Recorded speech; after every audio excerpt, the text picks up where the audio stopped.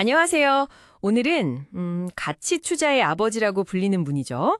워렌 버핏의 스승 벤저민 그레움의 세계로 한번 깊이 들어가 보겠습니다. 네, 반갑습니다.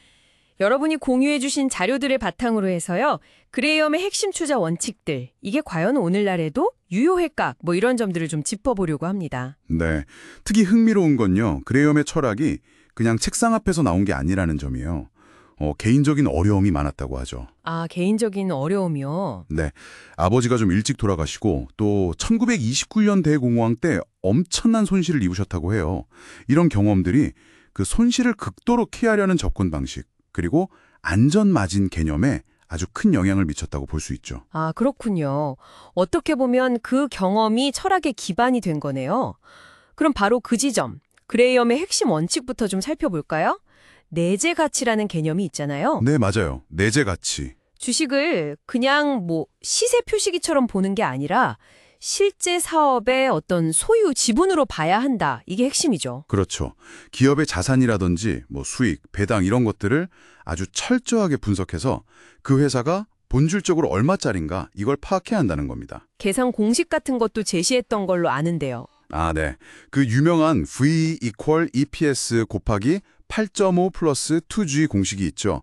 여기서 V는 내재 가치, EPS는 주당 순이익이고요. 네네. 근데 여기서 중요한 건 그레이엄이 미래 성장률, 그러니까 주식값 예측에 대해선 굉장히 경계했다는 점이에요. 아, 성장은 예측하기 어렵다. 네, 미래는 알 수 없으니까요. 그래서 단순히 숫자에 매몰되기보다는 이 투자 과정에서 심리적인 안정을 찾는 게 더 중요하다고 봤던 것 같습니다. 다른 가격을 부르는 좀 감정적인 동업자에 비유했잖아요. 그렇죠. 어떤 날은 기분이 좋아서 엄청 비싼 값을 부르고 또 어떤 날은 완전 우울해서 거의 헐값에 지분을 넘기려고 하고. 여러분이라면 이런 파트너 어떻게 대해야 할까요? 그레이엄의 조언은 아주 명확합니다. 시장의 어리석음에 둥참하지 말고 그걸 이용해라. 이용하라. 네, 그러니까 미스터 마켓의 변동에 같이 휩쓸리지 말고요. 오히려 그가 비이성적으로 제시하는 가격, 특히 아주 싼 가격을 기회로 삼으라는 거죠. 이게 바로 분석에 기반한 투자와 그냥 감정에 따른 투기를 가르는 핵심 기준이 되는 거고요. 아하, 결국 감정 조절 그리고 스스로 판단하는 독립적인 사고가 중요하다는 거네요. 네, 바로 그겁니다. 근데 미래 예측도 어렵고 시장은 또 저렇게 변덕스럽다면 투자자는 뭘 믿고 투자해야 할까요? 여기서 그 유명한 안전마진 개념이 등장하는 거겠죠. 네, 맞습니다. 마진 오브 세이프티, 그레이엄 철학의 정수라고 할 수 있죠. 핵심 아이디어가 1달러짜리를 50센트에 사라, 이거 맞죠? 네, 딱 그거예요. 내가 계산한 내재 가치랑 실제 시장 가격 사이에 충분한 여유, 그러니까 완충지대를 두라는 거죠. 완충지대요? 네, 이게 분석하다가 실수할 수도 있고 또 시장이 갑자기 예상 못한 방향으로 움직일 수도 있잖아요. 그런 위험에 대한 보호망 역할을 하는 겁니다. 어떻게 보면 그레이엄 본인의 과거 경험에서 나온 일종의 재정적 트라우마에 대한 해독제였던 셈이죠. 정말 경험에서 우러나온 원칙이네요. 이 안전마진은 그가 현명한 투자자에서 나눈 투자자 유형과도 좀 연결될 것 같은데요? 아, 네. 그렇죠. 방어적 투자자와 공격적 투자자. 네. 방어적 투자자는 일단 안전이 최우선이거든요. 그래서 기업 규모가 크고 재무 상태가 아주 튼튼하고 배당도 꾸준히 주고 P나 PBR 같은 지표도 좀 보수적으로 보고요. 이런 식으로 좀 더 두터운 안전 마진을 확보하려고 하죠. 이해하기 쉬운 기준들이네요. 그럼 공격적 투자자는요? 공격적 투자자는 이제 더 높은 수익을 위해서라면 더 적극적으로 분석하고 노력할 의지가 있는 사람들이죠. 예를 들면 네트 전략 같은 거요. 네트요? 네, 회사의 순 유동자산 가치, 그러니까 유동자산에서 총 부채를 뺀 것보다도 주가가 더 싼 경우를 찾는 거예요. 이건 정말 깊은 분석이 필요하죠. 아, 상당히 흥미로운 전략인데요. 근데 여기서 좀 현실적인 질문이 생깁니다. 그레이엄이 강조했던 기준들, 공장이나 설비 같은 유형 자산 중심의 지표들이 많잖아요. 네, 그렇죠. 이게 오늘날처럼 R&D나 브랜드 가치 같은 무형 자산이 중요해진 경제에서도 그대로 통할 수 있을까요? 좀 오래된 기준 아닌가 하는 비판도 있고요. 아, 그거 정말 중요한 지적입니다.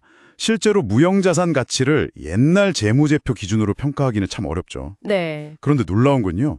그레이엄 자신도 이미 그 문제를 인식하고 있었다는 거예요. 그가 뭐라고 했냐면 중요한 것은 대차대조표상의 숫자가 아니라 이런 무형 자산들이 만들어내는 수익력이다라고 말했거든요. 아, 이미 수익력을 언급했군요. 네. 그러니까 그의 구체적인 공식들은 좀 유형자산 중심이었을지 몰라도 기업의 진짜 가치를 이해하려는 그 분석의 정신, 그 원칙 자체는 무형자산 시대에도 역시 유효하다고 본 거죠. 요즘 마이클 모브신 같은 분들이 재무제표를 조정해서 무형자산을 반영하려는 시도도 결국 그 정신을 잇는 거고요. 굉장히 실용적인 면모도 있으셨네요. 맞아요. 실제로 그레이엄은 말년의 대부분의 일반 투자자들에게는 어설프게 시장을 이기려고 하기보다는 그냥 저비용 인덱스 펀드에 투자하는 게 낫다고 권하기도 했어요. 아, 인덱스 펀드를요? 네, 시장 분석이 그만큼 어렵다는 걸 인정한 거죠.